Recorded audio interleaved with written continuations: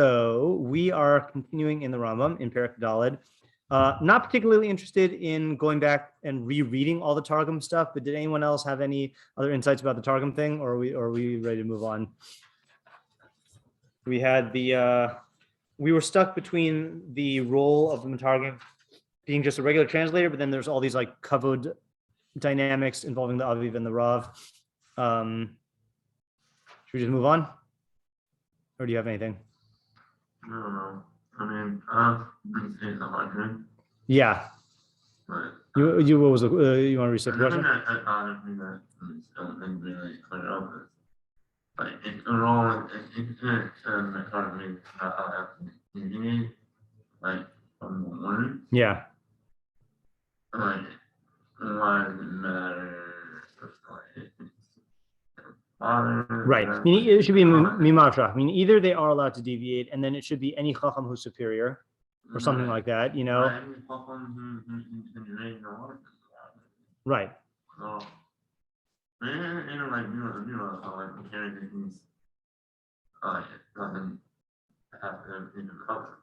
Right. All there's also just a funny thing about that. Like, I don't even know why there should be restrictions there. Like, it's not like the Rav is deaf and can't hear him. Like, if the guy, like, I mean, maybe we need the law in place so that people can be assured that it's not the person adding anything. No, it's like this. Like, let's say you're my matargim and I say something to you and you change it. I'm just gonna say idiot and then hit you on the head, and be like, no, that's not what I said, Like, it's really weird that then this needs to be like codified as law. Yeah. And like in a Kriya Torah, I can understand because there you can't like interrupt the Kriya or whatever, but this is just like. Right. Oh, yeah. Right. Yeah. View is probably weaker, but maybe with the curiosities and the parts of we both have to the same level, but since we're targeting that's impossible, we just eliminate it to the rough can't go low in the target, but due inherent to the nature, you can't really have the target consistently the result. So I guess try to get the best you can. But I mean, I don't even see why we put a limit on the Rav, on the Rav's voice. Yeah. I feel like we're just like missing like an ikr in like the entire institution. I mean, in general, when you're interacting with someone, I mean, we're going to see some restrictions, but I'm not saying Talmud is wrong. Yeah, that's what we're going to see. I mean, I really don't know. All right. Yeah. Okay. Okay. Now the fun stuff. Halacha dala. Harav shalimid v'lo hivino tamidim, and I still don't remember where we talked about this. We definitely read these. Yeah. So Rav who taught and the Talmidim did not understand. Lo yichus alehen v'yirgaz. He should not get angry at them and agitated. I remember even saying that translation there. Ella chozer v'shona hadavar afilu kama pa'amim. He should go back and teach the matter even many times. Ad she'yavinu omek ha'halacha, until they understand the depth of the halacha. It's also interesting that he says ad she'yavinu omek ha'halacha. I remember in my own name that said from my father. Oh yeah. Yeah, I don't know. So too, the Talmud should not say I understood if he didn't understand. Ella chozer v'shoa afil kama pa'amim. Rather, you should go back and ask even many times. V'im ka'as alav rabo v'ragaz, and if the Rav got angry at him and agitated, yomar lo, he should say to him, Rebbe, Torah hi v'lil anitzara v'dati katzara. He should say, Rebbe, this is Torah, and I need to learn, and my mind is deficient. Yeah. So I got into a discussion with another educator about this, and it was in the context of talking about, I went to graduate school for Jewish education, and graduate school for Jewish education is in a funny place because they, on the one hand, are cognizant of the fact that we come from a long tradition of teaching, and there's like, we have our own approaches to teaching, but on the other hand, there are modern methods. And they push the modern methods, and there are good modern methods. However, So I got into this a little bit of an argument with someone. So there's a modern, it's not a modern thing, but the term for it is check for understanding. Okay. Like, and the ideal thing is, let's say like you're a high school teacher. It's very easy. I'm sure you've had high school teachers who just like drone on and on. And then like, they'll either not check to make sure that their students understand until the test, and then they'll see that everyone flunks, or they'll just say, everyone got it? Good. You know, or like, any questions? No? Okay, let's go on. And the modern trend is to try to prevent that from happening. Like you find more active ways to engage and make sure that you're telling them to understand and like that they demonstrate their understanding, you know? So I said, and I'm putting this here because this is actually a question in the Rambam. So I said, on the one hand, I realize the virtue in that, especially if you're teaching like, you know, teenagers or kids. Okay. On the other hand, we are trying to instill a value, a midah of ein habaishan lo made. And you see from this halacha, there is a mutual responsibility. There's a responsibility on the Rav to teach as many times as is necessary until the student understands. But then there's also a midos issue of a student should not feign understanding for kavod. They should be able to say, Rebbe, I don't understand this. And that's as important of the training in becoming a Talmud Chacham as like the learning, because this is this is a midah of learning. And the question is, how do you instill that? You know, if you know, yeah. I just really learned. What are you testing to fit into this framework? What was that? Because having a test.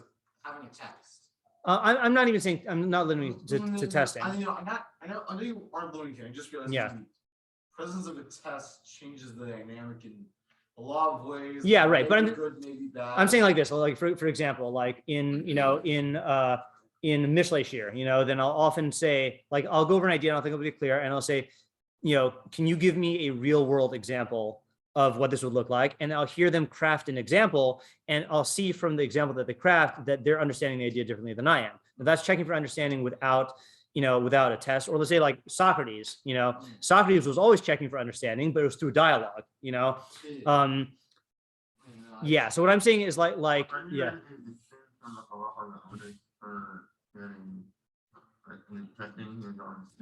I'm saying that the onus for registering that they don't understand something is on the student, and I'm saying that it seems like the modern trend is really to put the entire onus on the teacher, and I think that that's a sliding scale that like. It is on both. I mean, just 1 second. The Rav does have to express himself as clearly as possible, which the Rambam was going to go over later on. You know. And that's the Rav's responsibility. And the other part of the Rav's responsibility is in response to seeing that the Tamidim don't understand, the Rav needs to have this eternal patience. But the Talmud seems to be, the way the Rambam presents it, needs to have the responsibility to say that they don't understand if they don't understand. Yeah, sorry, what were you going to say, Yosef? Never mind then. I just look at it and say halachos are putting those much more on the Rav. Really? Yeah, I don't see it that way either. I see the onus is on the Rav to teach and to be patient, but the onus of the check for understanding, you know, there's no requirement, let's put it this way, there's no requirement for the Rav to ask the Talmud if he understands even, right? The Talmud is the one who has to say, I don't understand. Yeah.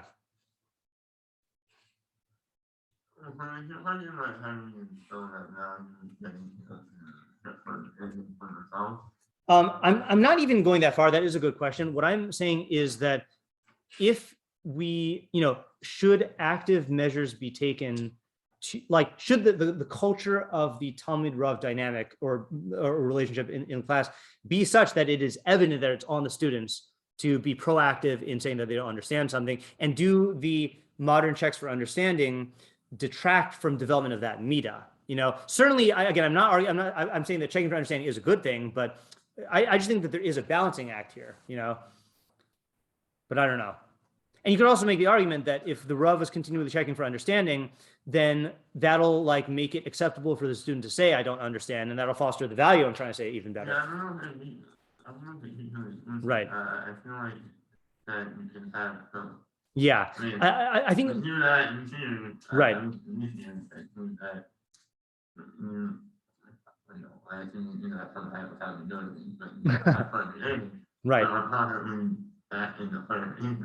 Right. Right. Yeah. I don't think they're mutually exclusive. Right. They're not mutually exclusive. I get. Yeah. Joseph.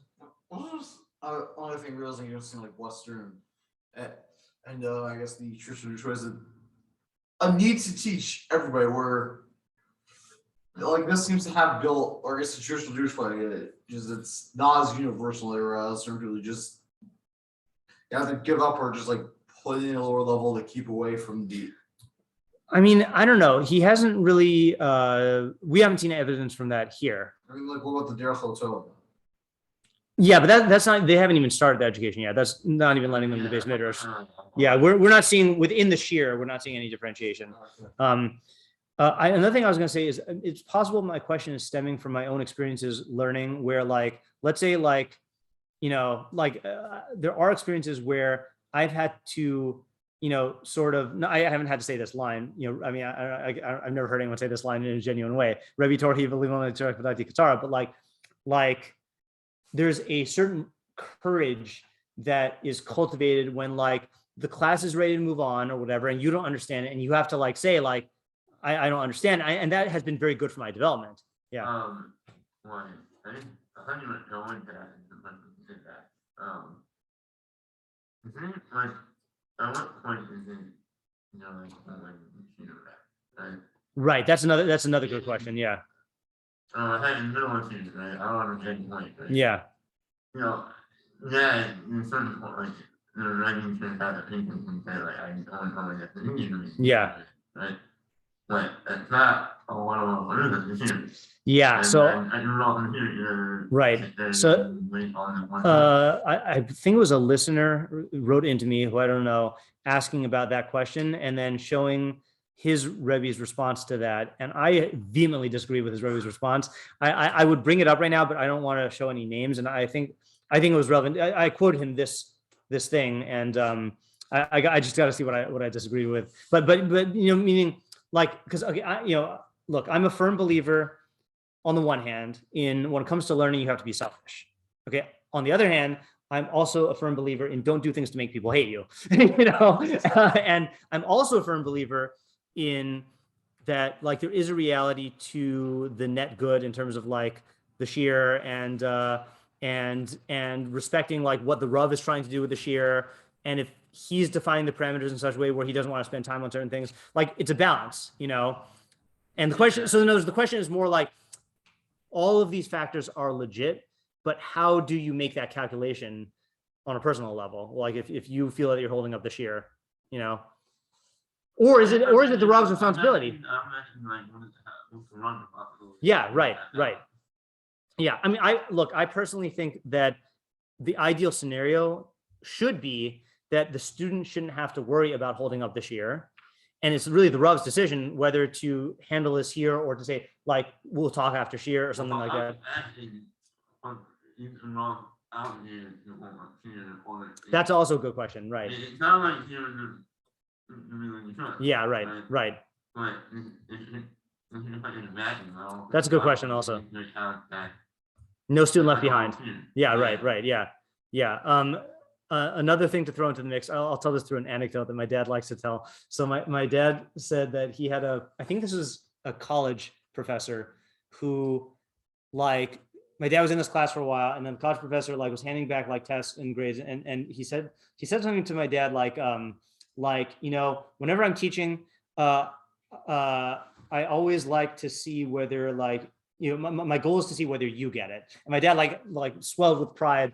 And the teacher said, because you're like right in the middle, and like, I know if you're not getting it, then there's probably like, if you're getting it, then I'm probably getting most of the kids. And if you're not getting it, then there's probably a bunch of kids who don't get it, So I was thinking about that. And there is a reality that, for every student who is not Bosch and who like says, Rebbe, I don't understand this. And I know there's different levels, but like chances are there are probably other students who don't understand it or who don't understand it fully. And you can make the argument that, and that's why like when I was teaching high school, if a student didn't understand, I would rarely feel bad holding up the class and going on, because two things would happen. First of all, the students, well, three things ideally. That student would get it. Second thing is the students who thought they got it would get it in a clearer way. And then the third thing is in me trying to answer the student, I would end up figuring out a different way to teach it, which would make it even clearer for me and for the class or lead to other points. So there is like a net good that comes out of catering to the one student. Yeah. Different stories, I just feel like bring up the problem. Yeah, Like, first of all, I'm certain that what was always in the shiur board. sure. But my dad told me one time he's been in shiur for Rebbe, and one guy was talking about like the whole thing like a half an hour. Yeah, And like no one said anything. Yeah. Like, they're all calling. yeah, I don't know, like a half hour, 40 minutes in the shiur. Someone asked Rebbe, what does it mean? right. And I was like, I've been doing shiur on this for like half an hour. Yeah, right. What does that mean like that? Right, right. Like, and no one else can Yeah. what that is. Yeah, Right. So like there, you think that like other people would do that. Correct. So if someone had to ask Rebbe what is it going to be? right. It's like no one would do that. And that's the thing also, that's the good kind of, I'm not saying Rebbe got mad, but I'm saying that would be the good kind of getting mad of like, I wish someone would have told me that Right. everyone wasn't understanding Right. so that I could do what I'm here to do, which is to teach. Right. Yeah, And then the opposite experience I had in high school, I mean, it happened like one time, but there's no one coming to complain about it's like, someone asked me didn't understand like I think about how you calculate the cell. Yeah. It's not supposed to calculate it with the law yet happen at one time. hmm Like whenever I think like right, directly, yeah, Like you don't want to get it. yeah, But then we spent the next 16 minutes of class or the entire class. yeah, We didn't really simple like right, yeah, I grew up on that. Yeah, yeah. Like, that was an example to me, like when that was a mistake because like and at some point you have to move on and like you can't Right. you kind of- Yeah, yeah. Very simple. right. So I'll bring out a third, not a specific event, but I think that there have been times when I have been a student in a class and seen that happen. And rather than having that response, which is a totally normal response, I was filled with it made an impression on me that this is how much the teacher cares about making sure that every single student understands it. And that it was more of like a midos type thing that I got, which again, I understand if you're a student who just wants to move on, then you're not gonna have that. Yeah, right. Yeah. But yeah, I mean, still, well, at one point, like, I laughed for 5 hours at one point. Yeah. In the 5 hours. Right. Yeah. This definitely seems to be an area in which all the extremes are derech lo tov, Right. So the question is more of how does one weigh these factors or make the decision? That's what I'm asking. Where's the Rambam? The Rambam doesn't talk about the teacher clearly enough to say what he's talking about. Right. I mean, well, he seems to just be giving the common scenarios and the common procedures, right? That that this is a common case. The Rav teaches and the students don't understand, and the Rav gets mad, and he's saying no. To the contrary, it's your responsibility as the Rav to make sure that they understand, even if you have to do it many times. And the student can't just sit there and expect to be spoon-fed. If the student doesn't understand, he has to say it. And then the thing I want to understand also is im kas hara alav harabo, which causes usher, right? How does this statement, the formula that the student is giving, how does that address the cost? Like what's the havmina that what was the Rav's havmina that the student is being stubborn? Is it a havmina or is it? Well, the emotional havmina, I'm saying. I thought there was argument like kind of on the road down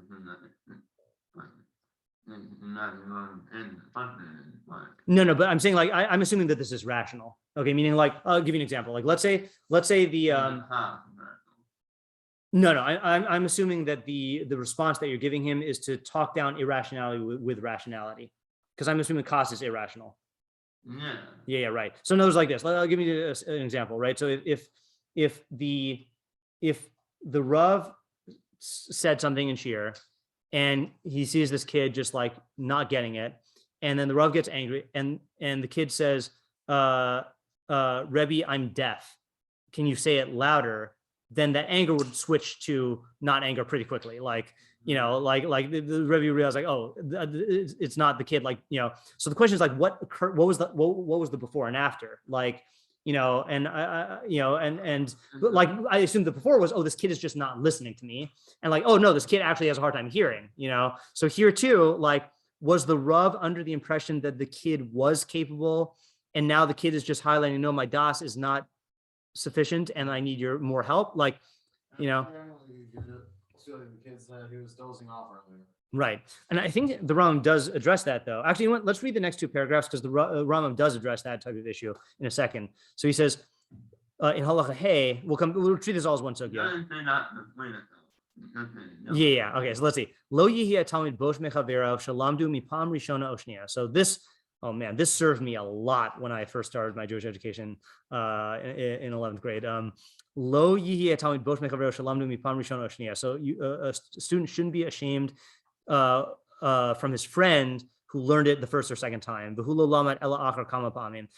he only learns it after many times. I actually used to read this line to myself to keep myself going. If he's ashamed of this, you'll just go in and out of the base midrash and not learn anything. Therefore, the Chachamim Harishonim said, and I think this lefikach is going on both halachos, that therefore the Chachamim Harishonim said, an embarrassed person doesn't learn, and a kaptan doesn't teach. An impatient person doesn't teach. This was just a side point here. I really liked the way that the Northwest Yeshiva High School was set up. And I think part of it, we had the luxury to do this because it was out of town thing, but the Limudei Kodesh was set up not by grade, but by level. So in my time, they had quick start and then levels 1, 2, 3, 4. So 4 was the highest level. And so there were students of all grades in all the levels, and you'd just be slotted based on your level. And then you can move up and down depending on like your ability. In New York schools, they have tracks within a grade, like 11th grade, like they have the honors and non-honors, or A and B, or advanced and not advanced, but it won't be like completely, like.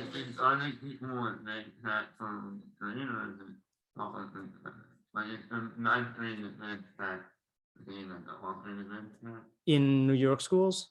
No, it's not. I don't think so. I mean, maybe there's different things I don't know about. I don't know. Yeah. Also, do you know what different school styles? Because I can usually imagine, say, the barred schools doing much more of that, because that's much more in the Western style. The shiur school would be much more open to just going based off level and not caring about grade. One would think so, right? But I don't. I mean, I haven't taken a survey, but I don't know. Yeah. I think yeshiva schools. It's true that the more yeshiva schools are not going to be based on the American model, but they also might be based on the European model, which might be equally irrational. Like I don't know. I don't know what the model was in Europe. Yeah. I guess my search was probably I might not know anything about that anymore. Is towards the based off of level. Yeah, could be. Although I could just be. So when I was in here, it was extremely embarrassing when, like, when I started in 11th grade, to have 9th graders who would get stuff after one time, and like I wouldn't get it, and like I have to like goad myself with this Rambam. I knew this Rambam; they probably didn't know the Rambam, but yeah. Okay, now we get back to the original issue. When does all of this apply, or specifically this last part of that's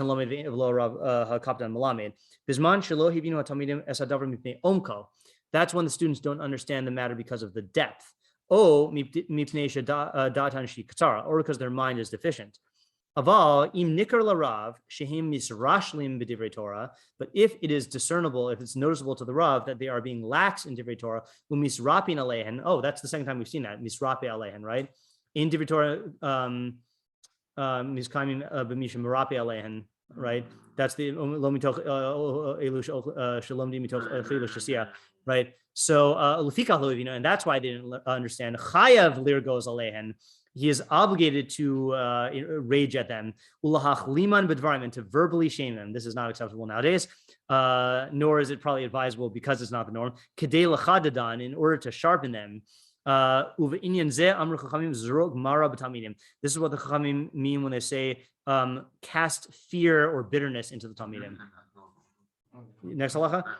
Lefikach ein roy l'rav linhag kalos rosh bifnei Talmidim. Therefore, it is not proper for the Rav to behave frivolously in front of the Talmidim, and not to jest in front of them, unless it's the making a joke before shiur, like we did the Gemara last year.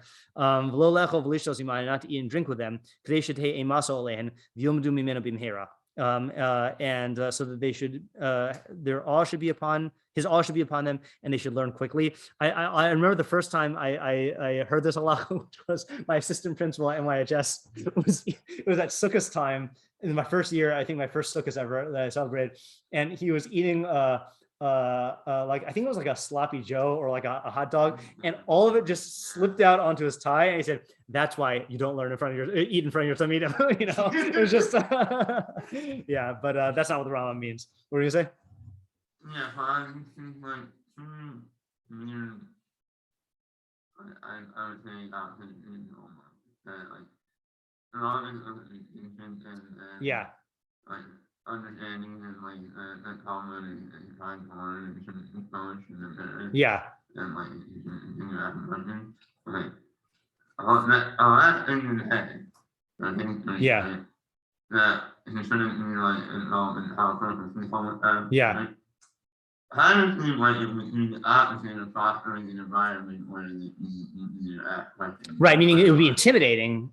Yeah. Right, and make it hard. That's true. Yeah, yeah, right. Yeah. Yeah, I agree. I agree. Yeah. Well, we got to understand that. Yeah, yeah. I think it's the more important thing. I think much more important. I guess you have two things. I think you have a environment where students are comfortable to ask questions, where you have an environment where students won't doze off.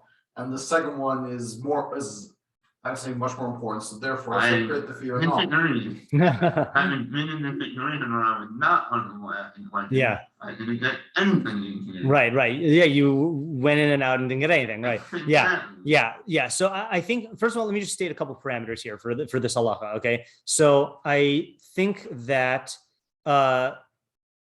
it's reasonable to say this is not a halacha in kavod harav and mora harav, because we haven't even gotten there yet, right? And this is also not a halacha in conduct of Talmidei Chachamim, right? I mean, there's similar halachos there that the Talmidei Chachamim shouldn't eat in front of Amiharetz. You know, this is purely for, again, I don't know a better word than procedural. This is procedural in terms of effective Talmud Torah, you know, or creating Talmud Torah culture, right?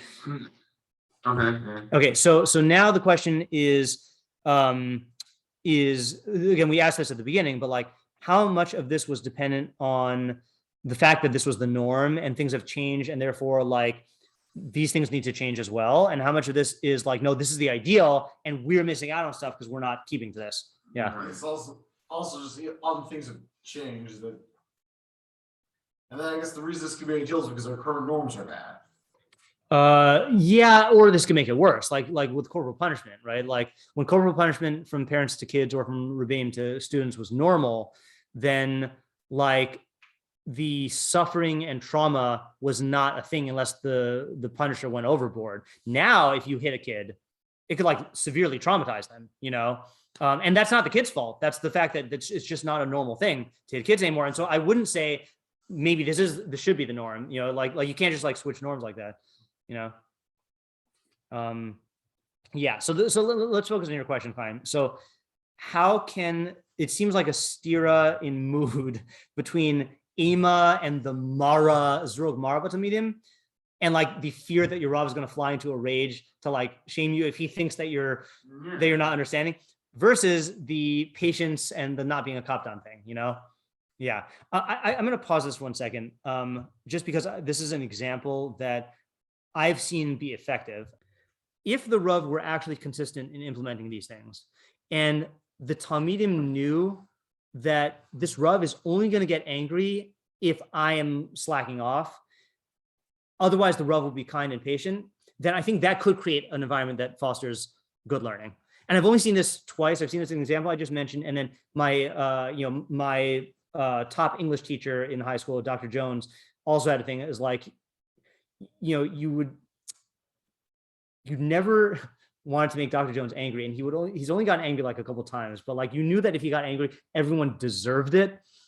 And so like what reminds me of, the studies like in the learned helplessness studies with the like, there's whatever animal cruelty, but like they have the animal that like, if it touches a certain part of the room, it gets shocked, and if it doesn't, then it doesn't get shocked. Then so eventually it'll learn to avoid that part of the room. But then there's the animals where like it's arbitrary, and like it'll just randomly get shocked, and then what ends up happening to the animal is it just cowers in the corner and just doesn't move. So with teachers who are like that, who fly into a rage and like are very kind, then the students will not know how to react, and then they'll just hold everything in. So I think if it's consistent, then it could work. And if you see it reinforced with other people, it's a high bar, yeah. And again, I'm not saying that this should be implemented now. I do think that different approaches are required. I mean, look, even in I witnessed this change in high schools I started teaching in 2009, and I wouldn't have said this on my own, but I've heard so many teachers say this, that like it used to be that parents were willing to discipline their kids, and like it's become much more prevalent. Again, I can only speak for this society, like for basically like kids to control their parents, and like parents don't want to like upset their kids in any way, and like the kids make like the decisions about where they go to school and all this other stuff. Yeah, probably. Yeah. They've been teaching for a long time. Yeah. Yeah, exactly. Yeah. So like there it's possible that new strategies are required because we're on a lower level, or because norms just change. I also heard, tell me if this rings a bell, I heard that the Rav used to be way harsher in the early days, and then he got less harsh as he got older. And I don't know if that was due to him. It's like a general thing with lots of people. Yeah, but I think it was like a thing also where like people were afraid to like bring up questions to the Rav and shiur because of the harshness if you ask a bad question. Yeah. Yeah. Right. Yeah. Yeah, but there's there's a lot of good chazals about this also, like I mean, I guess someone that's a hard bar. Yeah, right. And that's part of my original question, which is that like, if a student does that, that's going to serve him great, right? To not care about like if someone's angry at him and he's going to keep on pursuing the truth no matter what. That's like a high bar. It is a high bar, yeah. But a lot of these things are high bars, right? Yeah.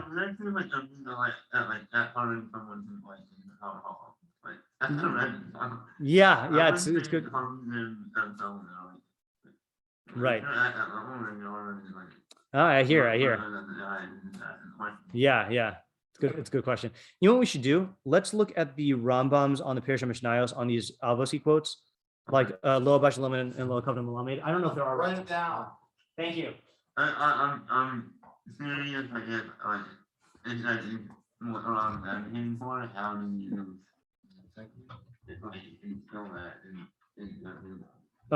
What, the not being deterred by the Rav getting mad? That's a good question. We'll have to contemplate that. Okay. Yeah. Avos 2. Please move this window away from the shared application. Okay. What if I don't want it to be shared? Okay, whatever. Avos 2:5. I assume that this Rav Makbili uses the Rambam's numbering, so let's find out. Avos 2:5. Nope. It's the next one. It's 2:6. But let's just see if, yeah. I don't know if this is gonna. Okay, this is not gonna help us. two words here. So the Rambam, I'm not putting this on the screen. Rambam. So the Mishnah says, Huhaya Omer, and this is Hillel, I believe. Yeah, Hillel says, In bur yirechet v'lo an haaretz chasi v'lo baishan lamed v'lo hakaptam melamed v'lo chol amar b'skora machkim uv'makim she'en anashim hishtadel lios ish. Right. So a bur cannot be sin fearing. Yeah. A amaretz cannot be chasid. A baishan cannot learn. A kaplan cannot teach, and not everyone who increases in merchandising will become wise. And in a place where there are no men, strive to be man. Rambam, bottom right, says bur. We don't need to read all of them actually. What? Baishan, oh, he just quotes an Arabic word. Yeah. So this footnote says, Benitfas yadua ulagamre eno yadua. Ki Rabbeinu Mefarish Khan Baishanus Kitsonis ad kidei magur v'reses. So he's saying that the Rambam was trying to the word is depicting an extreme shame where to the extent where he's like recoiling in fear or trembling. Whatever this word is, klima, shamed. Shekach tirgum rafsadigon berus bez tezvaur el perkarvim mishmon program iyun ha'ara yud bez. Let's just do that really quickly. Shmona Prakim 12 footnote. 4 footnote 12. So this is on page Reish Nun Beis. Yeah. So it's the same word. It's that chaf with a little and gimel lamed. You see it there, footnote 12 and left column of footnotes. So he says ritia mufrezes, extreme. Ritia is like recoiling in fear. Mipnei kol davar, from everything. So like cowardice, basically, right? Like cowardly shame. Scary dog. Scary cat, yeah. A scary dog, interesting. Scary cat. Okay, yeah. And then Busha. Yes, that's probably where it came from. Yeah. Busha ad kidei chil v'reses.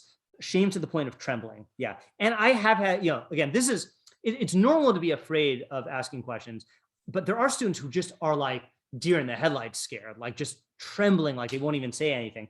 I think magur is like intimidated. Don't be intimidated by any man in order to distance you from that term. I just want to look at the word reses. I think reses is fear, but I don't know what the connotation is. Let's look at trembling. Yeah, trembling. Yeah, trembling and fear, I think. Is it a biblical term? That's the question. Oops. Reses.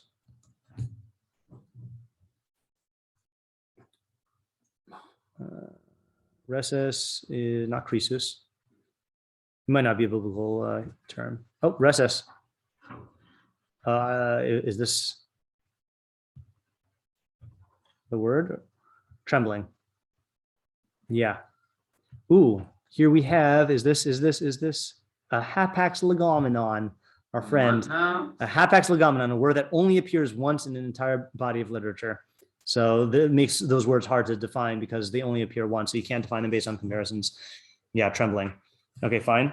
Then what? So he says it's possible that you should translate as trembling. Ach hechlati l'targim milazo klima o hachlamos equals b'sadigon shetigam berus bez tezvav v'lo tachlimuha v'lo blah blah blah uvenifas uboshes panim mimutza ben ha'azus v'habaishanos. Pirush near li midivir representation shabaishan hu etzla mishiyeshlo rov boshes. Okay, so now he's differentiating. A boshes is, he's saying boshes is in between azus and baishanus. I did not know that those were two different words, and it confused me because we say that baishanim or whatever. We sometimes say busha is good and sometimes we say it's bad. But then he says a baishan is someone who has shishlo rov boshes, has a lot of boshes. Uboshes panim hi hamamutza mima'amaram. And boshes panim is the middle path. Lo habaishan lamid v'lo amar v'lo amru ein boshes panim lamed. So he's saying there's a difference between boshes panim and baishan. And boshes panim is the good one, baishan is the bad one. Amru boshes panim l'gan eden, right? So later on in Rabbos they say boshes panim should go to gan eden. V'lo amru habaishan, and they don't say baishan. Ulazet sidartim kach v'in tzorach l'chol zeh. He says you don't need all this. Oh, so that was quoting. Who was that quoting? Who was that quoting? Where did the quote begin? It says in the Nidfas, but I don't think this is in the Nidfas. Okay, I don't know. Okay, fine. So does that help us? Not so much. No. Yeah. Okay. Back to the. Like it's all enough because you want to put more. Did I only put avos? Oh yeah, you're right. Thank you. 2, 6. Yeah. And then v'kapdan, he says, is haragzan. You want to put one of the please? Oh yeah, thank you. Shmona, Prakim, Perik, Dalid, Kafich, He'ara, Yabez. All right. So he says haragzan, and then the footnote says venostam kapdanus. So it doesn't mean impatience; it means like short-temperedness, right? And that's consistent with the way the Rambam said it in the Mishnah Torah is kaas, ukpeda. So venostam kapdanus ukpeda linhog al kav hadin kamar b'shama. It doesn't mean like meticulousness, or what's the other word? There's a word people use for this. Sometimes they use demanding. I don't know. Uvenitfas hu misha makpi al kol davar v'koes. Okay, fine. So in the printed editions, it says someone who's makpi on everything and angry. Yeah. Okay, fine. So that did not help us. Okay, so let's look at the other. I mean, it didn't help us beyond what we got from the Mishnah Torah. Let's look at the other Rav Makbili thing, which was referring us to avos for zrok maraba tamidim. Pirush Mishnah is avos hey yotes. Which might not be hey yotes. Hey, doesn't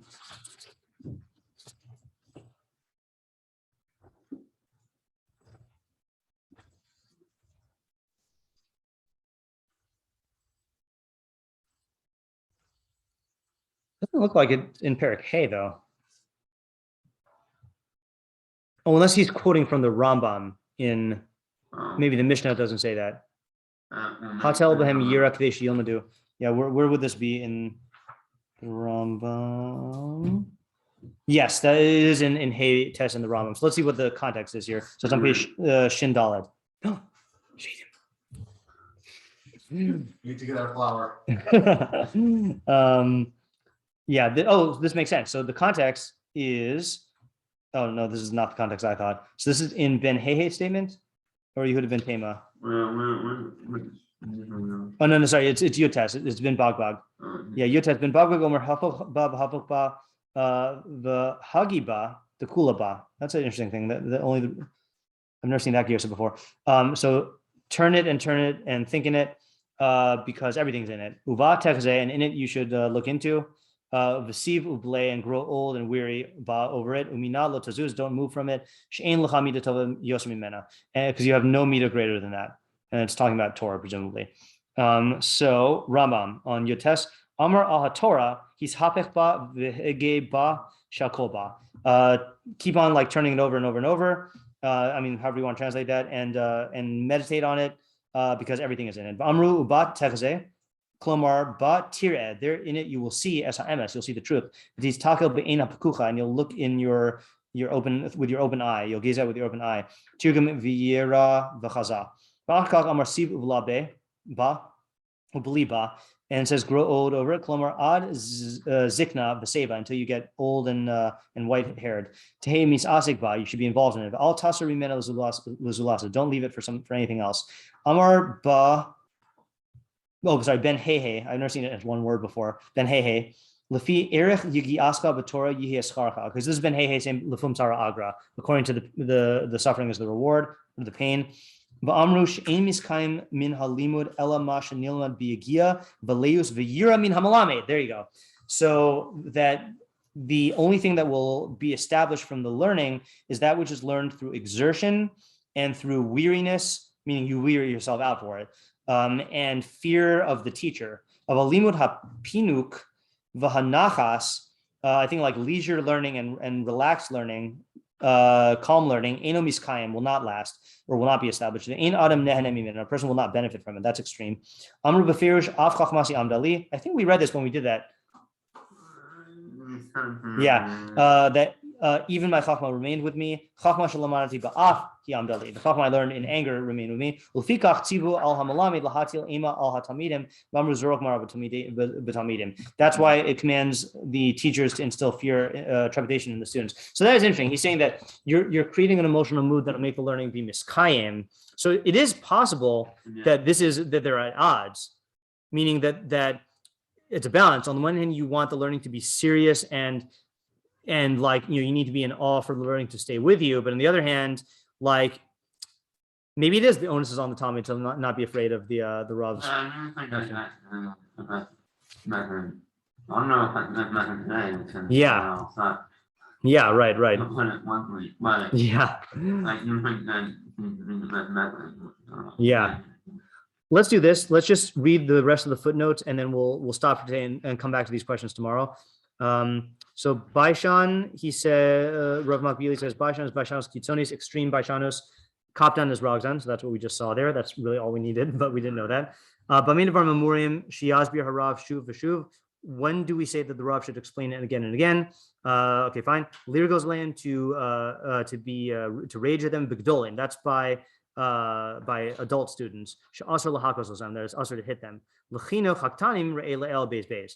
But for chinuch of minors, then read what we already read in the second parak, that they held that corporal punishment was possible, or was whatever, acceptable. Zrog mara b'taminim hatel b'hem yira k'dei sheyilmadu. See, so this is where I'm glad that we looked it up, right? Because if we just read that footnote, that wouldn't have gotten the message across. Okay, the ain sholiness. Oh, no, that's it. That's it. Okay, all right, so let's stop for here. Yeah. No, we did read The Chamasi Amdali thing? Yeah, correct. Yeah. All right, let's stop here for today. I do want to come back to it tomorrow to work out some of these, like especially the practical matters. I really want to know what is relevant for today and what's not, if we can figure it out.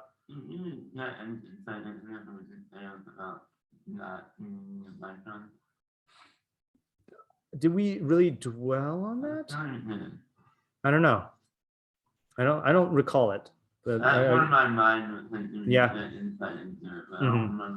Yeah. Well, if we did go into that, I wish we would have known about that footnote, because the footnote differentiating between Boshas Panim and Baishan is useful to know. Okay, stop here.